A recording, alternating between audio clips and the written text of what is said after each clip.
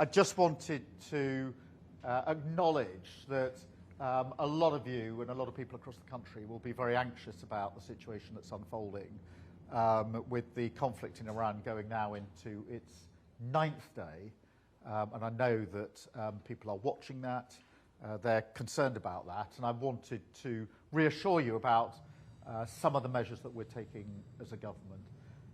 The first is the work we're doing with allies in the region, so the countries in particular that are under attack, many of the Gulf countries who obviously have played no part themselves in any attack on Iran are nonetheless being attacked. So as you would imagine, we're working very closely with them, helping with defensive capability. We've got fighter jets in there, and we've increased the capability there over the course of the last 9 days. Anti-drone devices, radar, and lots of other work that we're coordinating. And I've been speaking to all the leaders in the region, some of them a number of times over, to assess how they feel the situation is on the ground, what more we can do. These are allies, these are friends of our country we've been working with for many years. So that's what we're doing on that front.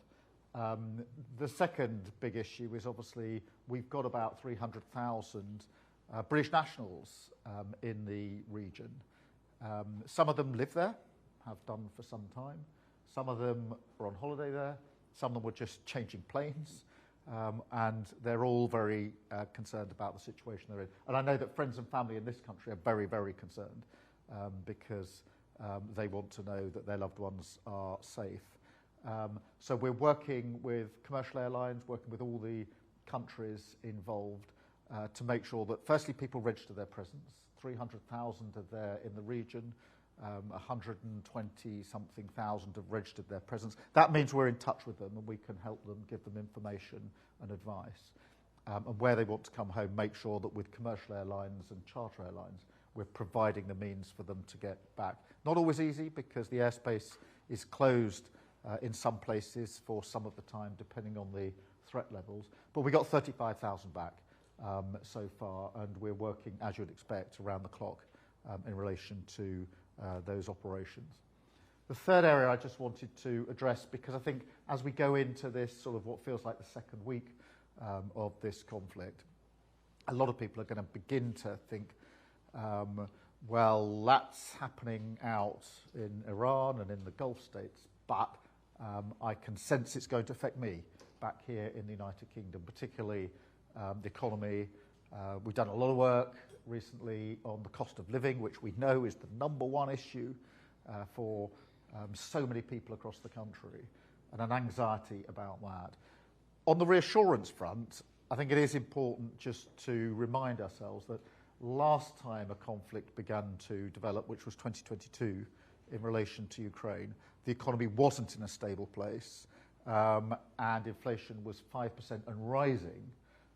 We've done a lot of work in the last 18 months to put some resilience in and make sure that we've got some headroom, which is basically some insurance within the economy, but also inflation is 3% and going down. So in that sense, there's more resilience. But the job of government is obviously to get ahead, to look around the corner, to work with others. And the Chancellor speaks to the Governor of the Bank of England on a daily basis.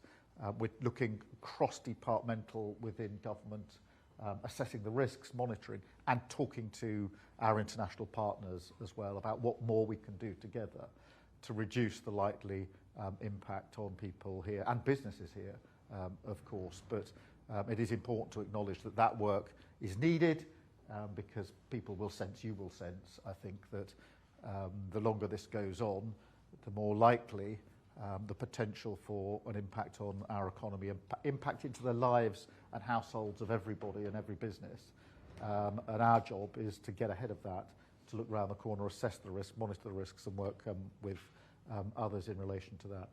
And then the final thing I just wanted to talk to you about, we're going to have a Q&A in a minute so I can get the benefit of your views, which will be really helpful from my point of view, is this really sad feature in many ways of a conflict like this, which is some people will try to use it to divide communities in this country and tear people apart. And we mustn't let that happen. I find one of the most powerful arguments that if you think of all the people who are stuck in the region, anxious about their own safety, wanting to get home, they come from all backgrounds. They come from all walks of life.